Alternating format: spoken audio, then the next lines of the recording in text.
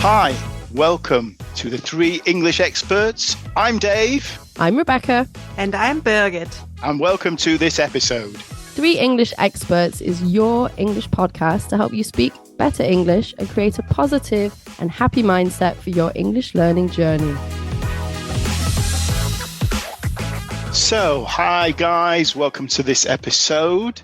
Today we're talking all about how to practice speaking English, and I'd like to throw the ball straight over to Rebecca, who's got a few ideas, tricks and tips for you that we can all, of course, talk about. So, Rebecca, what ideas, tricks and tips do you have?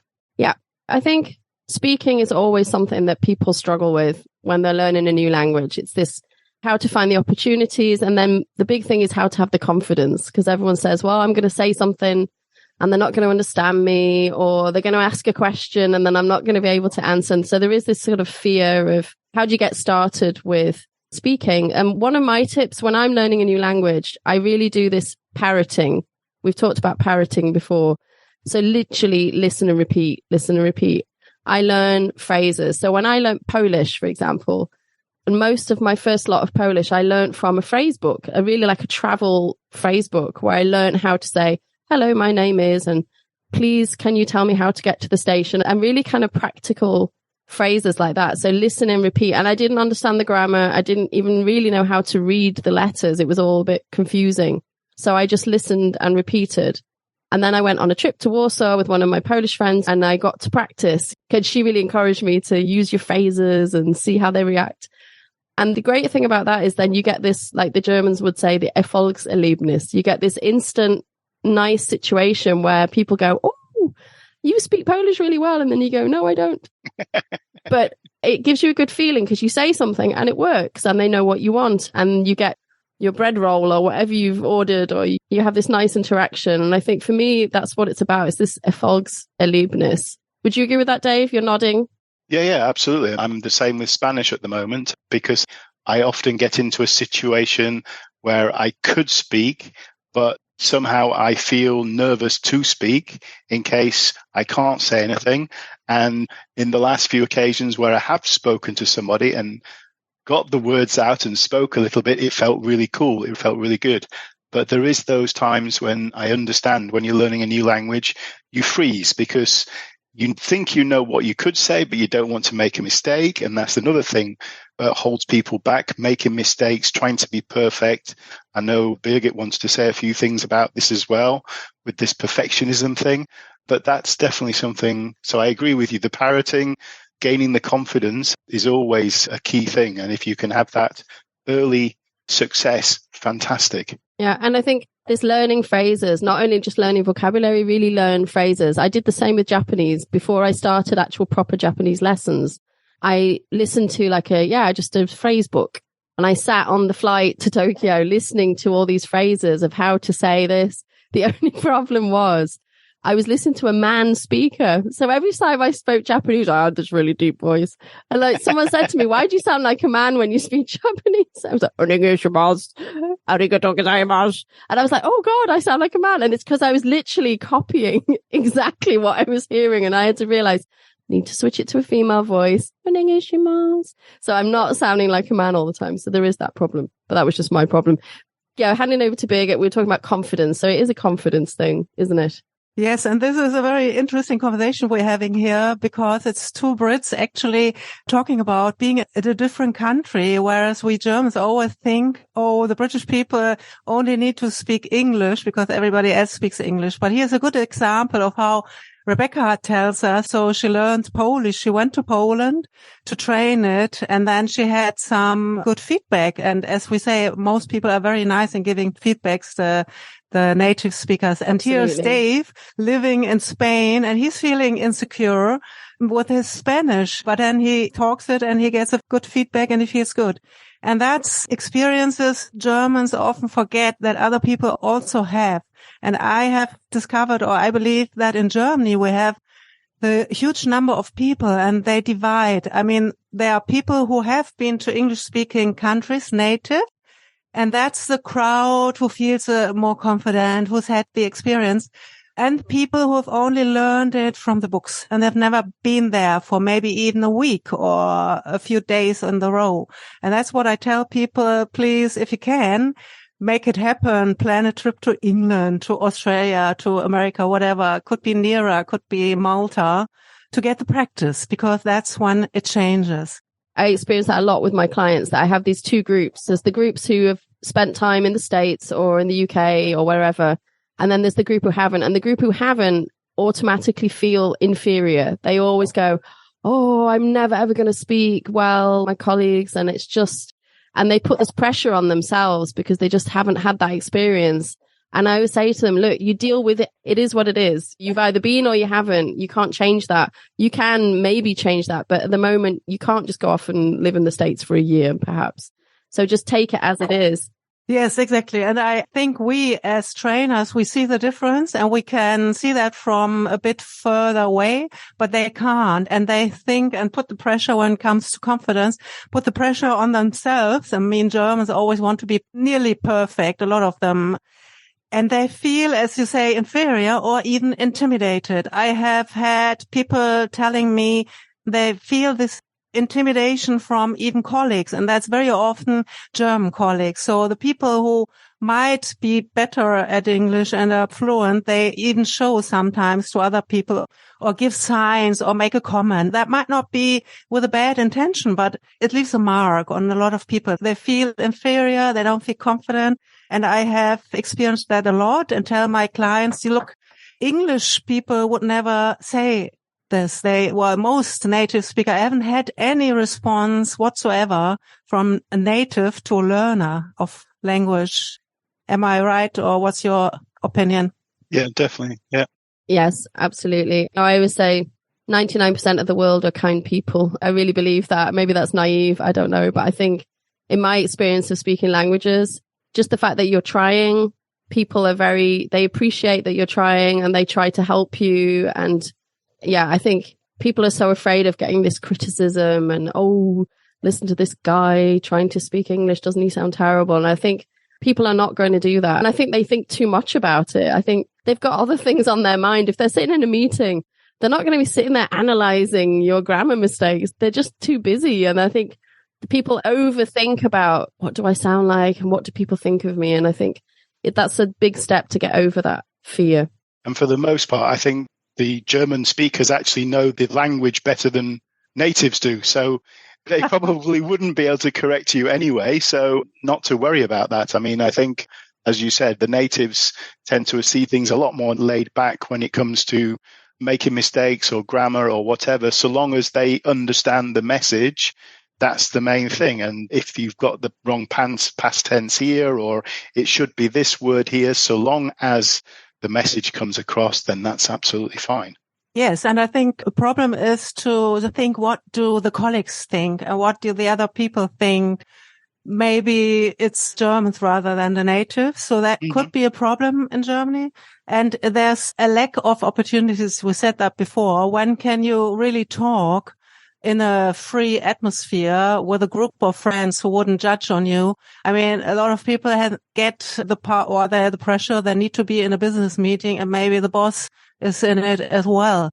It's really opportunities. And this is what David has got an idea about, I think, how to practice maybe your English. Yeah, I mean, of course, on a very basic level, it sounds maybe quite strange, but go where there are native speakers. And in most German cities, where are there native speakers? Let's say the Irish pubs. So that's one very simple way that you can maybe meet the odd native person and maybe find contact and talk to people. And you never know, then maybe there's some kind of a friendship or some kind of relationship builds out of that. So that's the one thing, the sort of physical way.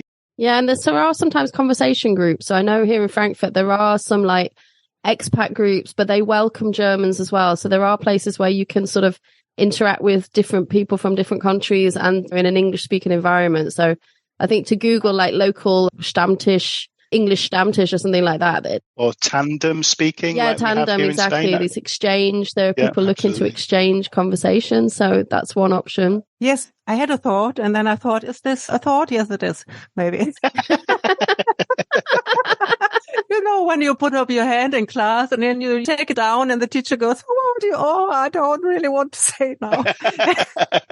No, Say actually, it. no, yeah, I will. Well, one of my clients I've been working with for over almost 2 years now. And the goal is to serve international clients. So a very successful company, actually. And they didn't feel confident about their English, have never been abroad. And he started listening to our podcast and the feedback was, oh, it's really nice and it's good and I like it.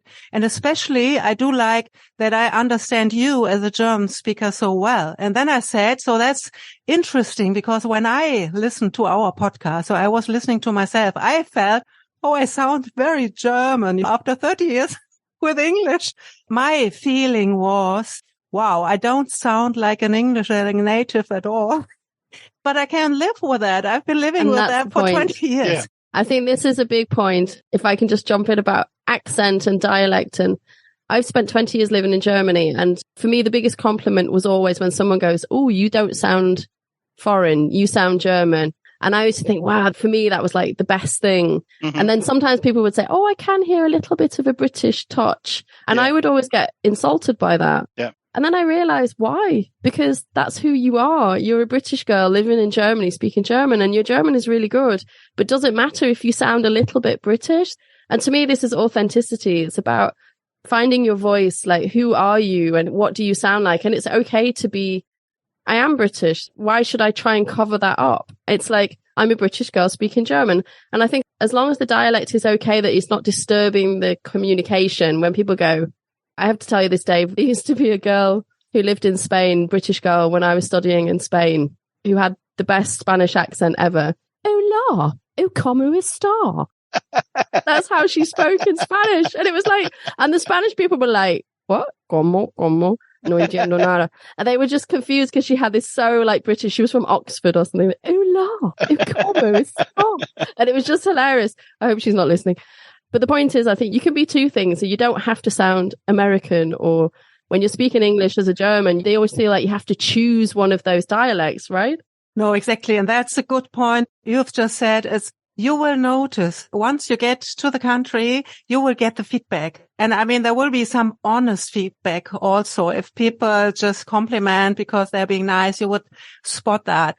And that's about going to the country, as we said in the beginning, going to Poland, living in Spain, going to England, having a trip, and then you will get that feeling and feel more comfortable about it. And David, what about this idea of talking to the computer? Yeah, of course. Nowadays, with the internet and AI, as we call it, there's all kinds of ideas. Before that, I'd just like to tell you about a thing called italki. I don't know if any of you as listeners have heard about it. It's just a website where you can basically link up with people from different countries to practice the different languages, whether it's English, whether it's French, German, Spanish, whatever it might be, and it's relatively inexpensive. That's the one thing. And then also there's two other possibilities nowadays. With the invention of AI, things are going very, very quickly. And the first one I'd like to tell you about is an app called Kanzai. And in this, you can literally talk with a native speaker. And so you create an account, you go online to kanzai.app, and there you can, as I said, choose a person you want to talk with. There are one or two that you can talk with, and then start a conversation. And this person will literally ask you, for example, how are you feeling today? And you can start having a conversation with them. Is it a real person?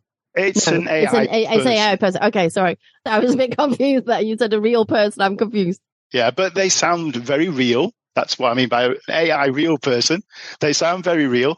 And in the notes, I'll actually put the link down to a video where you can see it working for yourselves. So hopefully you'll agree with me. It sounds pretty real or authentic. The only problem is at this time when we're recording, the app is actually down. So I'm hoping that maybe when you listen to this, then it will be back up and be able to work with. So in the show notes, it'll be all about that. Secondly, there's ChatGPT. I'm sure you've heard of ChatGPT already. If you have an account, there's some good news there too, because, and again, this will all be in the notes down below, you can go to a thing called plugin called Voice Control for ChatGPT, Google it, maybe say for the Google Chrome, and then fix it up into your ChatGPT account. You just follow the instructions. It's relatively easy to do. And then you can literally have a conversation with ChatGPT. Again, I've got a link to a video in the chat. And then from a certain place in the video, you can actually see how to put the plugin into or find the plugin and then put it into your account. Yeah, Rebecca. Can you do it in any language? Does it do like every language? Pretty much. Yeah. Okay. For example, with this prompt, you can talk to ChatGPT, and then, for example, you could say it in German, and then you can change the language into English, and then the reply can be in English. Okay. And you can do it in, let's say, Polish, yeah. Okay. Japanese, I guess, as well. So it works in lots of different languages. I also heard of, or I saw examples, let's say you want to have an interview for a job. You can literally have an interview with ChatGPT. That ChatGPT, of course, you have to get the prompt right. And this is sometimes a tricky thing.